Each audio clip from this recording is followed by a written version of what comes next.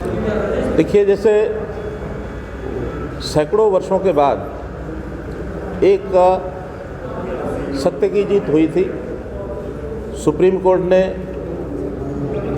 जो फैसला दिया था राम जन्मभूमि के ऊपर, भगवान राम के जन्म स्थान होने के प्रमाण मिलने के बाद कि वहाँ मंदिर था, मंदिर ही बनेगा, तो वास्तव में तो आज का जो फैसला है ये उसी के परिप्रेक्ष्य में एक सत्य की जीत इस नाते से लिया जाना चाहिए कि उस समय जो भी घटनाएं हुई उन घटनाओं में कोई किसी की आस्था को ठेस पहुंचाने की बात नहीं थी, बल्कि एक तथ्य, एक सांस्कृतिक ऐतिहासिक भारत भूमि का एक तथ्य जिसको उजागर करने की बात उस समय आई थी।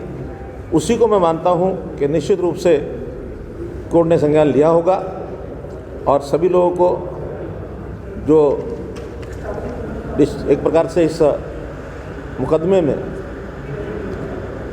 निर्दोष पाकर फ्री किया है, तो सत्यता की जीत है। मैं इसका स्वागत करता हूं और कुल मिलाकर के इस निर्णय के प्रति एक आस्था समाज की बने, इसलिए इसकी अपेक्षा करता हूं। देखिए, कुल मिलाकर के उन लोगों को किसानों से कुछ लेना देना नहीं, एक राजनीतिक मुद्दे के तौर पर इसको जैसे आगे बढ़ा रहे हैं। स्पष्ट हो चुका है कि किसान का जो भी तीनों अध्यादेश एक्ट बने हैं उसमें किसान का हित है। किसान की जो पहले की व्यवस्थाएं वो सारी, जैसा हमने पहले ही बताया था, वो चलेंगी, चल रही हैं। मंडियों में धान आ चुका है, धान की परचेज ये भी शुरू हो गई है, उसका उठान शुरू हो गया है, मिलों में धान जाना शुरू हुआ है। कुछ छोटी बड़ी उनकी कंडीशन जो थी, उनकी शर्तें जो थी या उनकी जो डिमांड्स थी, कुछ पूरी हो गई हैं, कुछ पर बातचीत चल रही है, वो सारी हम करेंगे। हम चाहते हैं कि किसी के काम में कोई व्यवधान ना आए, ना किसान के, ना आड़ती के, ना मिलर के। और उसमें हरियाणा के किसान को तो इतनी संतुष्टि है कि ये चीज़ें जो राष्ट्रीय पूल में प्रोक्योरमेंट होती है धान की, गेहूं की, वो तो सब होती है। उसके अलावा बहुत सी चीज़ों की प्रोक्योरमेंट स्टेट की ओर से हम कर रहे हैं। और बड़ी दुख की बात है कि कांग्रेस रूल्ड स्टेट्स, चाहे पंजाब है चाहे राजस्थान है, वो न तो बाजरा प्रोक्योर कर रहे हैं, न मक्का कर रहे हैं, न सरसों कर रहे हैं। हम लोग ये सारी चीज़ें प्रोक्योर करते हैं और प्रोक्योर करने में हम हरियाणा के किसान का हित चाहते हैं ताकि उनको MSP पर उनकी चीज़ बिके, सस्ते में न बिके। एक बात जो बार बार आ रही है कि बाहर के किसान को क्यों नहीं आने दिया जाता।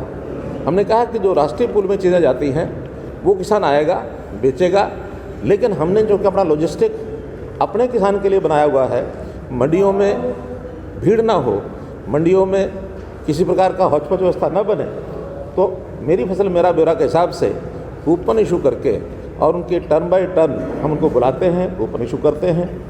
उसी में हरियाणा के किसान का जैसे ही बिकता रहेगा, साथ साथ जहाँ मंडियों की कैपेसिटी है वहाँ उनको रजिस्टर करेंगे।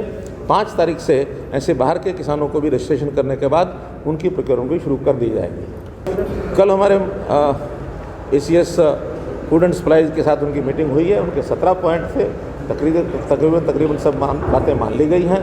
उनकी जो कमीशन बढ़ाने का विषय है, हमने फूड कॉर्पोरेशन ऑफ इंडिया को लिख दिया है कि उनकी कमीशन को बढ़ाया जाए। हम भी समझते हैं कि वो बढ़ानी चाहिए। निश्चित रूप से उसका कोई ना कोई सकारात्मक फैसला, आज मैंने जो MOS फूड एंड सप्लाई केंद्र सरकार दानवी जी हैं, उनसे मेरी बात हुई है।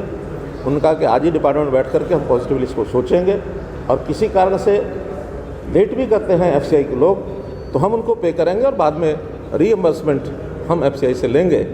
ये भी हमने उनको बता दिया है, इसलिए उसका फैसला वो मुझे लगता है या तो कर लिया होगा नहीं तो करने वाला। मैंने कहा, जब भ्रम कोई चीज़ का फैलाया जाता है तो उस भ्रम फैलाने में कई बार कोई इस प्रकार की विपक्षी ताकत यानी कांग्रेस, कुछ मामलों में कुछ उनके जुड़े हुए किसान नेता, वो भ्रम फैलाया है। उस भ्रम में जब तक एक सीज़न निकलता नहीं है, उसका प्रत्यक्ष प्रमाण क्या होगा, उसके परिणाम क्या होंगे, तब तक कोई बात उनको ध्यान में आएगी नहीं। अब ये जैसे एक फसल सब चीज़ें स्मूथली चल पड़ेंगी, उस समय ही सबको ध्यान में आ जाएगा, इसके अंदर किसी प्रकार का कोई विरोध नहीं। निश्चित रूप से भाजपा JJP इकट्ठे मिलकर के लड़ेंगे और इसके लिए एक प्रक्रिया होती है, चुनाव घोषित हो गया है, चुनाव समिति की हमारी बैठक होगी, चुनाव समिति की बैठक में नामों को तय करने के बाद फाइनल डिसीजन होगा, उसके बाद हम लोग विचार करेंगे। जहाँ तक वहाँ के वातावरण का विषय है, हमारे लोग जितने भी वहाँ गए हैं, हमारे प्रदेश के मंत्री गए हैं, हमारे सांसद भी वहाँ जा कर के आए हैं, संजय भाटिया जी हैं, वहाँ के सोनीपत के सांसद रमेश कौशिक जी हैं,